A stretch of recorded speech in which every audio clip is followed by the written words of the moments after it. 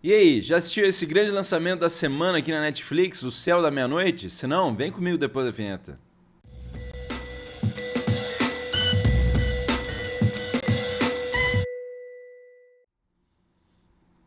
É isso aí, sou louca, seu louco, aqui é o Prof. Elvis do História em Casa nessa assistidinha do saber, porque você lembra que hoje a gente vai de filmes e séries, mas antes de continuar, é claro, já dá o like no vídeo, se inscreva no canal se não é inscrito, ativa o sininho e também segue a gente lá no Instagram e no Facebook do Prof. Elvis História em Casa, além de ouvir o nosso podcast no Spotify. Não esquece, hein? Não esquece também de compartilhar o canal com a galera e deixar o seu comentário ao final do vídeo. Quero ver se você já assistiu esse filme aqui, O Céu da Meia-Noite, que foi lançado essa semana na Netflix, dia 23 de dezembro, um filme aí do aclamado ator e também diretor George Clooney. Por sinal, aí esse filme ele não só dirige, mas é também o ator principal. Tá aqui disponível para vocês na Netflix lá O Céu da Meia-Noite deste ano 2020. Marca então a história de um cientista solitário, que é o George Clooney, no Ártico, corre contra o tempo para impedir que um grupo de astronautas volte à Terra depois de uma catástrofe mundial. Não explica muito bem que catástrofe é essa, mas está aí para vocês parte do elenco: George Clooney, diretor, Felicity Jones e Kylie Chandler, entre outros lá grandes atores, que então vão tratar justamente dessa história aí, como aparece para vocês aqui, né? O George Clooney dirigindo então os atores. É bom lembrar aí que a história, ela na verdade, ela tem, né, basicamente duas histórias dentro do filme aí rolando.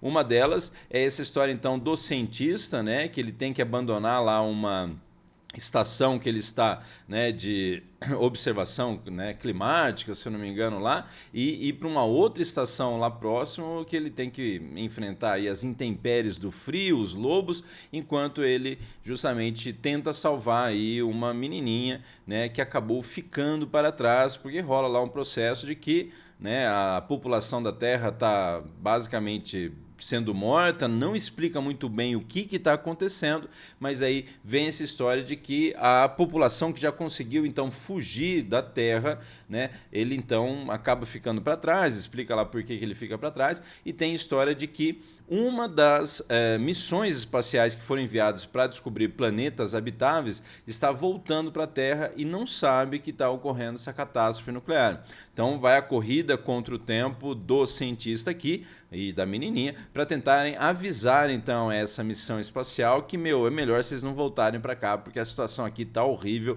a gente já arregaçou com o planeta Terra aí. Por isso, basicamente, você tem, né, essa corrida contra o tempo, ao mesmo tempo essas duas histórias vão acontecendo.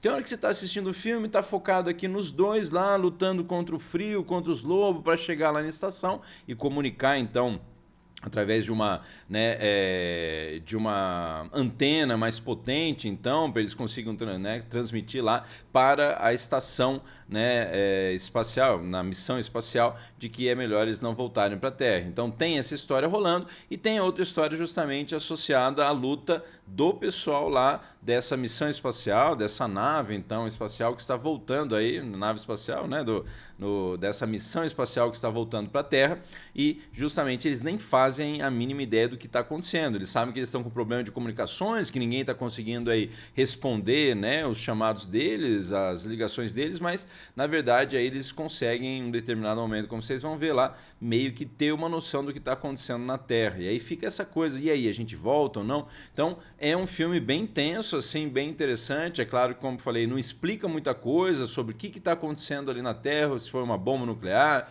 se foi sei lá, um desastre, né, climático, algo assim, mas tem uma hora lá que fala alguma coisa de radiação e tal. Um filme apocalíptico, tem algumas mensagens bem impactantes aí, relacionadas não só à questão, é claro, né, da ecologia, do que, né, a Terra está sendo extremamente maltratada pela humanidade, mas também situações lá, né, filosóficas, pessoais, familiares também, que vale a pena, né, dar uma elucidada aí durante o filme. Não vou mais, né, falar mais nada para não ficar dando spoiler aí, mas é muito interessante então que você tem basicamente esse filme ao mesmo tempo de ficção científica, porque envolve aí, né, o pessoal dessa nave espacial, ficção científica também, porque o filme ele é passado alguns anos no futuro, né, explica um pouquinho lá porque também a questão, né, de que eles estão com algumas tecnologias que a gente não tem hoje aqui, mas essa preocupação constante assim, né, da onde vem os problemas reais aí da humanidade, né? Se seriam realmente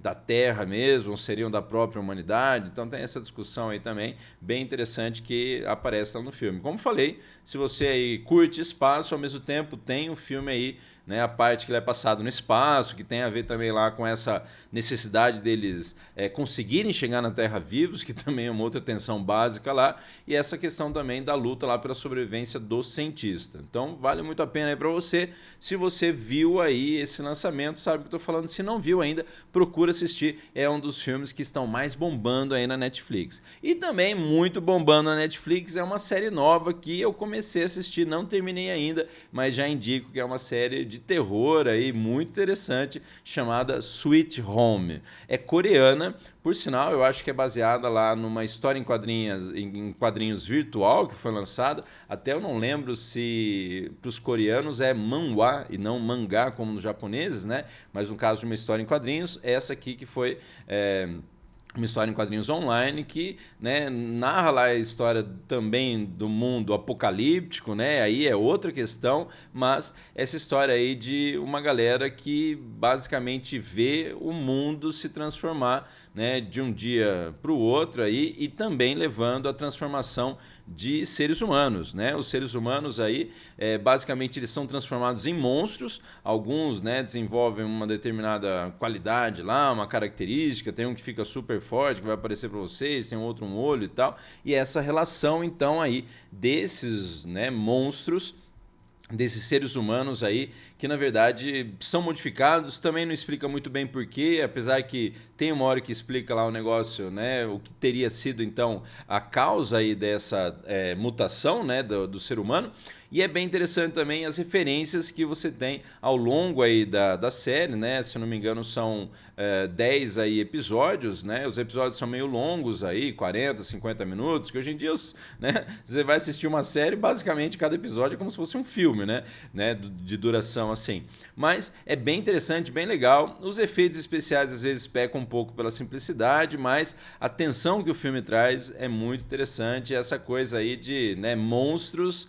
E aí a gente tenta associar às vezes, será que é zumbi? Né? Tem uma discussão lá, por exemplo, que quando uma pessoa é mordida, ele vai virar também e tal. E aí você tem essa história de que é um filme de terror, mas é um filme muito divertido, né? Uma série de terror, mas muito divertido também, sem falar das várias referências aí que aparecem pra gente, né? Então tem essa questão aí do personagem principal ser esse jovem aí que passou lá por uma situação traumática familiar, então ele se muda para um prédio lá, se eu não me engano, o Prédio Verde, a Casa Verde, que tem uma série de outros personagens lá, então ao longo dos episódios vão se desenvolvendo aí esses personagens também secundários, né, além dele próprio, né, do drama pessoal dele e tal, mas é bem interessante essa questão de tratar aí, né, essa relação também lá com a solidão, com a depressão, que me lembrou bastante também lá aquele filme Alive, que eu fiz até um tempo atrás um comentário, vou deixar o card aqui para vocês, um filme de zumbi, se eu não me engano, também coreano, um filme de zumbi lá, o Alive, também tratando essa questão de suicídio, depressão, que essa série também trata bastante, né? A questão do uso do celular também é uma coisa, né, que é uma referência básica ali a todo momento. Então a história, né, envolve a transformação desse personagem que está lá isolado, né, nesse apartamento que ele se mudou para essa Casa Verde, para esse Prédio Verde, e a necessidade que ele tem então de sair ali de onde ele está, do apartamento que ele está, porque ele começa a ser atacado pelos monstros e tem que ajudar também uma galera a se salvar. É um filme assim que puxa bastante, né, situações não só, como falei, filosóficas, situações psicológicas, muita diversão também, tem algumas coisas que você olha e fala, é meio cômico aqui o negócio, né? É interessante. E essas referências também, como eu falei, que o filme traz para outros... que a série traz para outros filmes, para outras obras aí de terror ou de repente ficção também e tal, mas eu achei muito interessante algumas referências, como o próprio filme lá, REC, se você já assistiu, que é sobre... É meio zumbi lá, tem um negócio meio de feitiçaria e tal, não sei quem mais, mas a história de um pessoal que está dentro de um prédio e de repente esse prédio ele é isolado completamente, o pessoal não consegue sair, nem entrar, nem sair, porque a ideia é de manter aquele prédio lá em quarentena, né? Até por sinal, o filme aqui, ele tenta escapar um pouco dessa relação com esse ano, né, apocalíptico, que foi 2020, com essa relação de uma doença e tal. Então ele trata com uma outra ideia lá, né?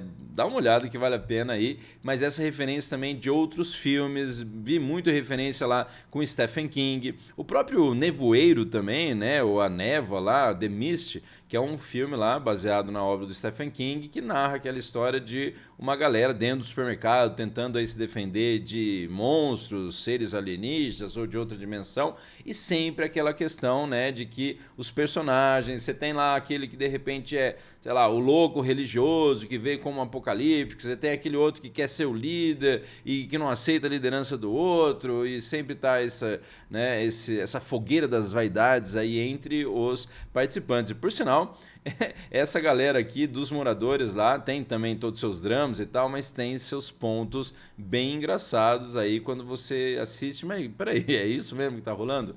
Gente, vale a pena você conhecer. Até também tava falando, né, das influências lá, tem um apartamento que muita coisa vai acontecer, que é o 1408 ou 1408, que é uma referência também se você já assistiu lá o filme, né, do Stephen King, também baseado na obra do Stephen King, o 1408, que é a história lá de um personagem que vai encarar um quarto de hotel que é extremamente amaldiçoado. Então, talvez aí quando você estiver assistindo, se você tem essas referências aí culturais e cinematográficas de terror, por exemplo, você vai dando aquelas pinceladas, falando, isso aqui me lembra tal filme, isso aqui e tal. E é claro, lembrando o quanto o cinema coreano aí, ele é de muita qualidade também, para você que já assistiu lá O Hospedeiro ou o próprio Parasita recentemente. Então, se você tiver a oportunidade, vale a pena você conhecer a trajetória aí desses personagens, muitas personagens femininas também fortes, que é uma coisa muito interessante, que, né, alguns temas aí pesados, como a violência aí contra a mulher, né, com a questão da pedofilia também e tal, aparece ali para vocês. Então são temas que dá para serem associados aí ao longo da série. É muito interessante, vale a pena. E toda essa questão também lá de personagens que conseguem adaptar, né, instrumentos, armamentos para atacar esses monstros aí, que por sinal eles vão descobrindo são monstros, na verdade, imortais. Então essa coisa também de que não adianta nada eles ir lá, né, arregaçarem com o monstro, que o monstro vai voltar à vida ou ele vai se regenerar. É bem interessante. E essas, como falei, essas analogias psicológicas, filosóficas que podem aparecer envolvendo principalmente o personagem aqui principal, que vai acabar saindo e também, né, tendo que não só sobreviver, mas ajudar outros personagens a sobreviverem. E aí, para vocês, só para, né, fazer essa referência de monstros enormes ou monstros aí que desenvolvem, né, capacidades literalmente sobre-humanas e que valem a pena por esse choque aí do humano com o além também, né, ou sobrenatural, sei lá, né, dá uma olhada e vê o que você acha lá. Mas é isso aí, espero que você tenha gostado dessa dica de filmes e séries com o Prof. Elvis História em Casa. E se você ainda não deu like, já dá o like no vídeo, por favor, se inscreva no canal se não é inscrito, ativa o sininho e também segue a gente lá no Instagram e no Facebook do Prof. Elvis História em Casa, além de ouvir o nosso podcast no Spotify. Não esquece, hein? É isso aí, espero que você tenha gostado então dessa dica e até a próxima dica de filmes e séries com o Prof. Elvis História em Casa. Até mais, valeu!